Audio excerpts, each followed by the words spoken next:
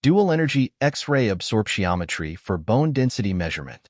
Experts agree that dual-energy X-ray absorptiometry, or DEXA, is the most reliable bone density test. This X-ray measures bone density at key sites like the spine, hip, and forearm with minimal radiation.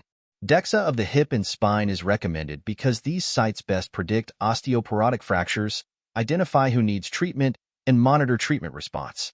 If lying on an exam table is difficult, the forearm can be scanned instead.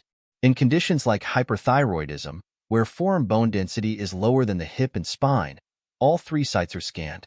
Ensure your doctor receives both DEXA images and actual bone density values for detailed insights. 4 follow-up DEXA studies, typically every 2 years, use the same facility to ensure measurement consistency. Preparing for DEXA. Your doctor will advise if special preparation is needed. Schedule your DEXA 1 to 2 weeks after any tests using contrast dye, like MRI or CT scans, because contrast can interfere with the DEXA results. You may need to stop calcium supplements 24 hours before the test, as they can also affect results. Do not have DEXA if you are or might be pregnant. Wear comfortable clothing without metal to avoid changing into a gown. What happens during DEXA? During DEXA, you'll lie on a table while an X-ray machine scans your bones, focusing on the lower spine and hips, or sometimes the forearm. The procedure is quick, taking about 5 to 10 minutes, and is not painful or uncomfortable. Understanding your DEXA results. The results of a bone density test are given as T and Z scores. T-score compares your bone density with that of a healthy young adult. It is usually the most important score and is typically negative. In normal bone density, the T-score is between +1 and -1.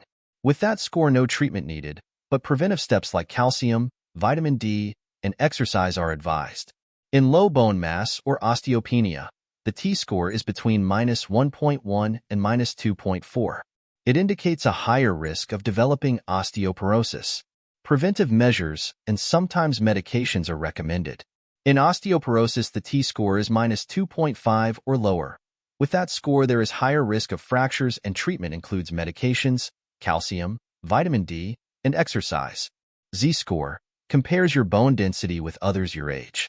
It is less commonly used. If you have had a low trauma fracture, you are considered to have osteoporosis regardless of your T-score and should take osteoporosis medications. Follow-up DEXA studies.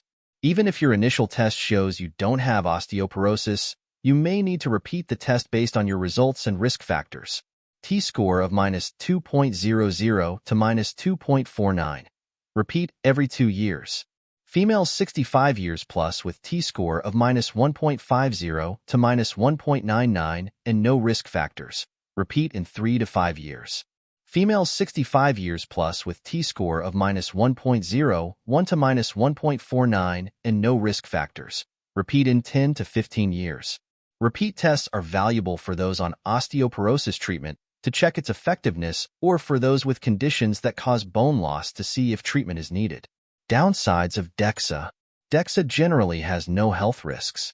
Although it uses X-rays, the radiation exposure is very low. It is about the same as what you'd get from natural environmental exposure in one day. That's all about DEXA Scan, and subscribe to the channel for more content. Thank you.